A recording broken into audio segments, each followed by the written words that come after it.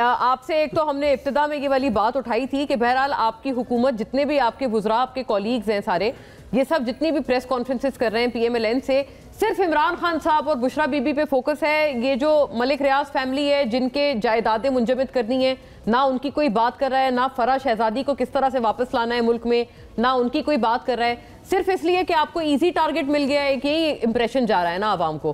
اور دوسرا یہ بھی فرمائیے گا، آپ کی پارٹی سے کسی کو نہیں بلایا گیا؟ ٹرمپ وہ جو اوتھ ٹیکنگ ہے ڈونلڈ ٹرمپ کی بطور پریزیڈنٹ، کسی ینگ پولیٹیشین کو نہیں بلایا گیا؟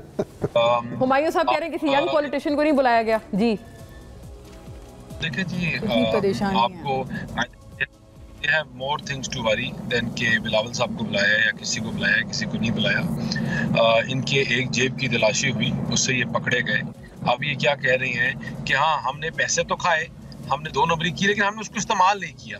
بھائی چوری تو آپ نے کی تھی نا، جیب سے آپ کی وصولی ہو گئی، اور اب آپ کیا بات کر رہے ہیں؟ دیکھیں یہ وہ لوگ ہیں، یہ وہ بات ہے انہوں نے پورے ٹائم پہ کہا کہ بھائی کہ سٹیل مل والے جو سیاست میں آنے سے پہلے جن کی پاکستان میں سٹیل مل تھی، وہ اپنی رسیدیں دیں.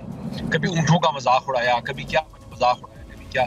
جب ان کے اپنے جیب چیک کرنے کی باری آئی تو نہ کوئی رسیدیں نکلی، اور ہر چیز اپنے جو کیس ہے وہ کورٹس کے سامنے بیان کرنے سے یہ قاصر رہے. اب اس ملک میں اب جو نیا ڈائلیما ہے، جو اب نئی چیز جو چل رہی ہے کہ انتشار تو یہ کر چکے، پھیلا چکے، نفرت کے بیجے بو چکے، گالی گلوچ کی سیاست یہ کر چکے. اب انہوں نے نیا کام شروع کیا ہوا ہے کہ جو ان کے خلاف آپ فیصلہ دیں، ان ججز کو ٹارگٹ کرو، ان کے خلاف آپ مہم چلاؤ. وہ یہ چلائیں، سوشل میڈیا پہ کریں، جو بھی کریں.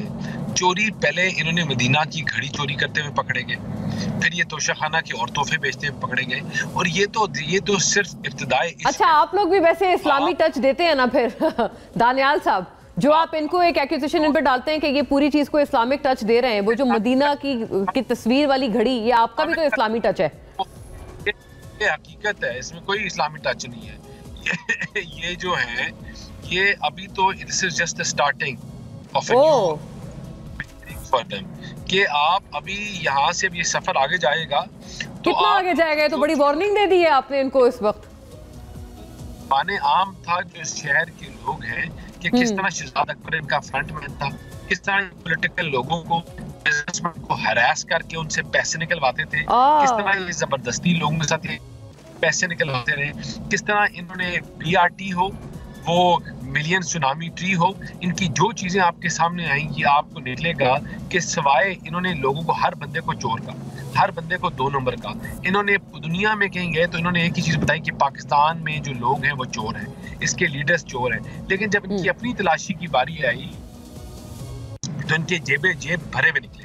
دیکھیں ان کی ایک سٹیٹمنٹ سے آج جو Pakistan international air lines China وہ فرانس اپنی پرواز اٹھائی، اس نے پرواز پہنچی آفٹر 4 years of struggle. ان کی ایک سٹیٹمنٹ کو ان سے پوچھے کہ ہر چیز آپ کے ساتھ کوئنسیڈنس کیوں ہوتی ہے کہ آپ کی وہی لابیز جو اسرائیل کے اور ان کے لیے سٹیٹمنٹس دیتے ہیں وہ آپ کے لیے بھی سٹیٹمنٹ دیتے ہیں، جو کیا نام ہے، جو لابیسٹ پاکستان کو کنڈیم کرتے ہیں، ہماری فوج کو، ہمارے نیوکلیئر ایسٹس کو. دانیال صاحب ویسے بائی دا وے آپ کے لیے یہ اس طرح کے بیانات کہیں آپ کی گورنمنٹ کے لیے بھاری تو نہیں پڑ جائیں گے؟ کیونکہ آپ جب ایسا کوئی ریفرنس دیتے ہیں، وہ آ رہی ہے اب آپ کو پتہ ہے انکمنگ ایڈمنسٹریشن ایک پوری چینج ہو رہا ہے وہاں پر معاملہ سارا یو ایس میں، اور آپ یہ ساری باتیں وہ اپنے اوپر یہ منسوب کر کے لیتے ہیں کہ آپ جو یو ایس پارلیمنٹیرینز ہیں، گورنمنٹ کے اس وقت وہاں پہ آنے والے لوگ ہیں، آپ ان کے حوالے سے یہ والی سٹیٹمنٹس دیتے ہیں. آپ کی گورنمنٹ کے لیے کوئی پرابلم تو نہیں ہو جائے گی؟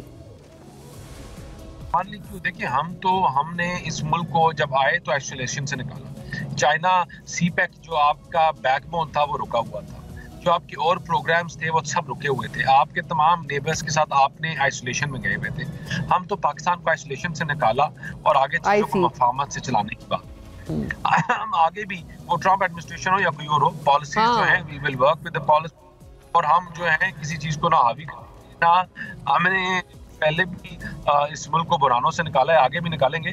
جن کو فکر پڑی ہوئی ہے نا کہ کس کو انوائٹ کیا ہے، کس کو نہیں کیا، یا غلط کیا ہے، زیادہ کیا ہے، یہ پریشانی کی بات ہے. نہ ہمارے لیے پالیٹ کرنی ہے پاکستان، نہ ہم نے یہ کہا ہے کہ ہم ٹرمپ ہمیں آ کے آزاد کرے گا اور اس کے بعد پاکستان کو ہم ٹرمپ سے آزاد کریں گے.